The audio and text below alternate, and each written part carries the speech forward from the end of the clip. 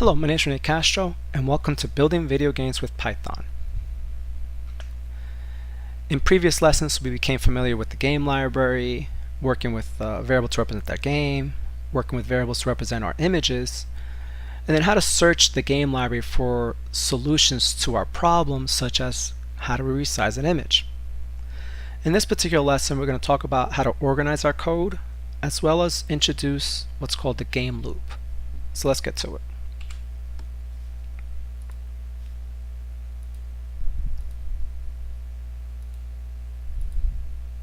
So this is the previous lesson where we were able to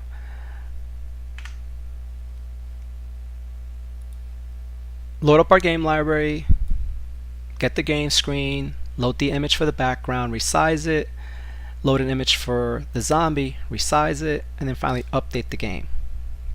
What I've done here for the sake of time is that I've gone fast forward in that for lesson 4 I've gone ahead and uploaded all the pictures. I've created variables for the images, which required me to, just as review, go to the Google Drive folder, download all the pictures, which will typically go into whatever download folder you go to. I had to copy the pictures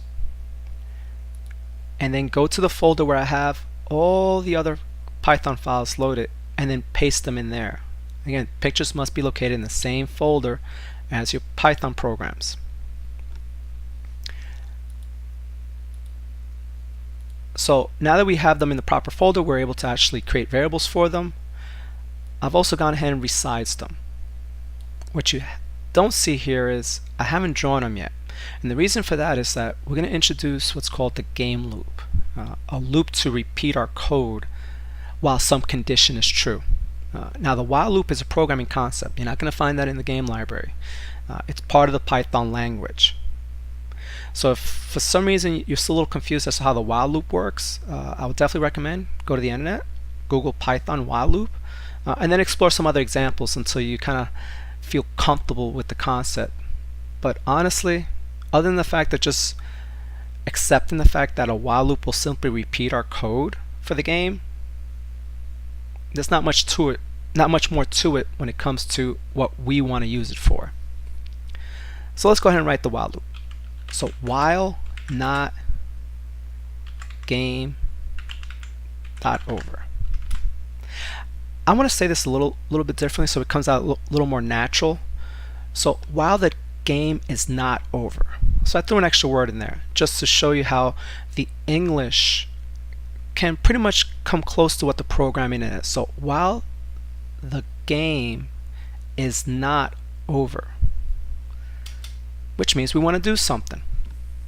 Now the first thing you want to do in your game loop, which again we're kind of jumping forward a little bit, there's certain things we're going to talk about that aren't going to make sense until we actually use them.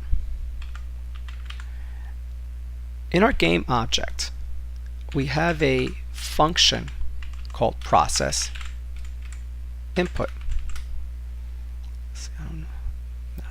So actually we could close this one out for now.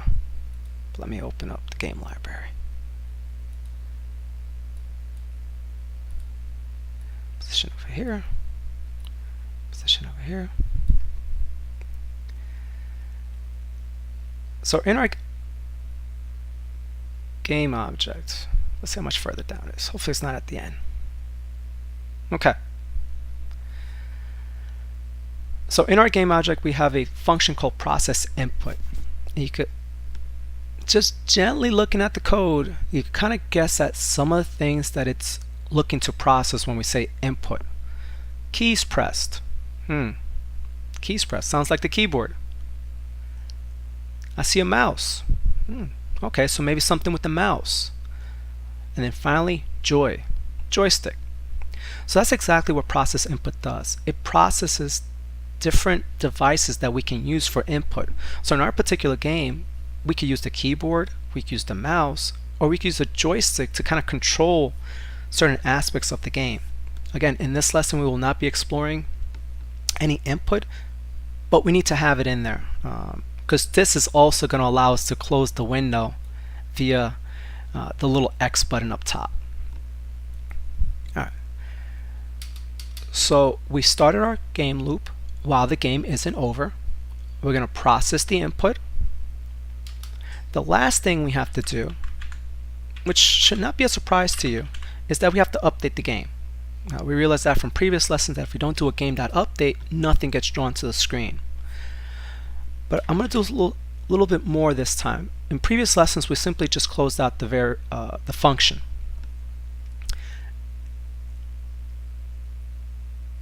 If we look at update, we realize that it has a parameter called FPS, frames per second, which has a default value of 1.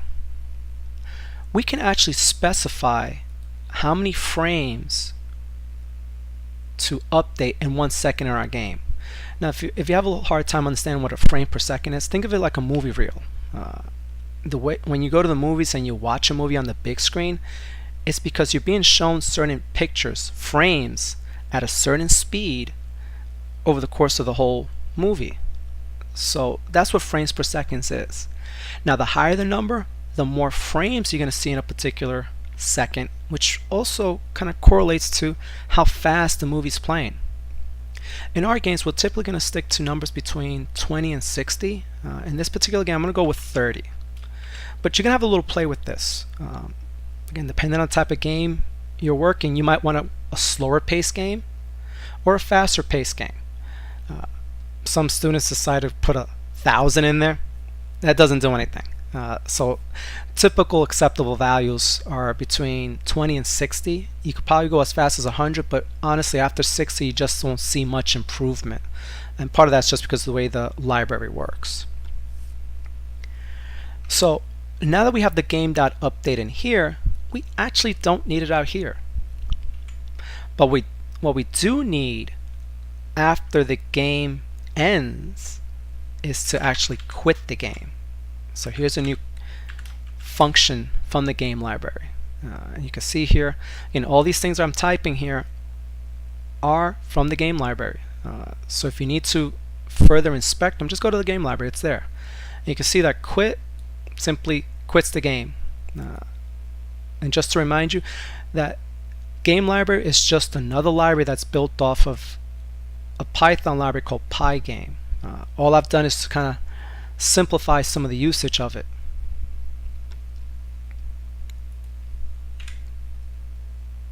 Alright, so let's go and run the game and see what we got.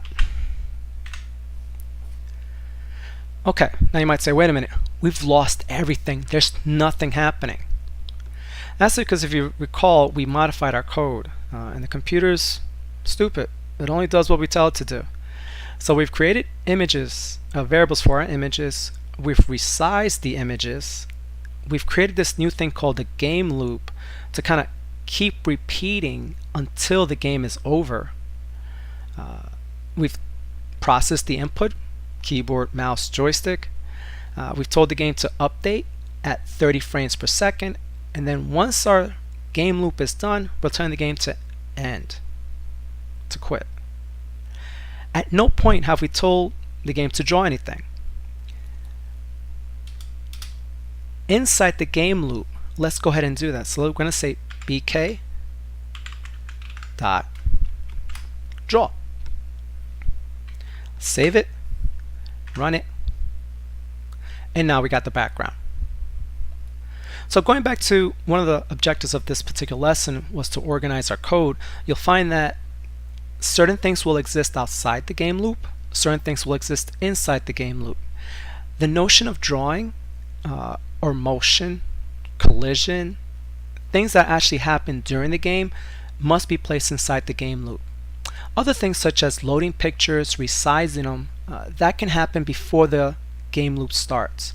Think of the game loop as your actual game, and these are the things that need to happen prior to the game loading. So we could also add in here zombie.draw, save it, run it. And now you start feeling comfortable. Okay, we haven't really lost much here. You might also feel like we haven't gained much here either. But the game loop is going to be important in the next lesson when we talk about motion. All right, so let's review a little bit of what we've accomplished today.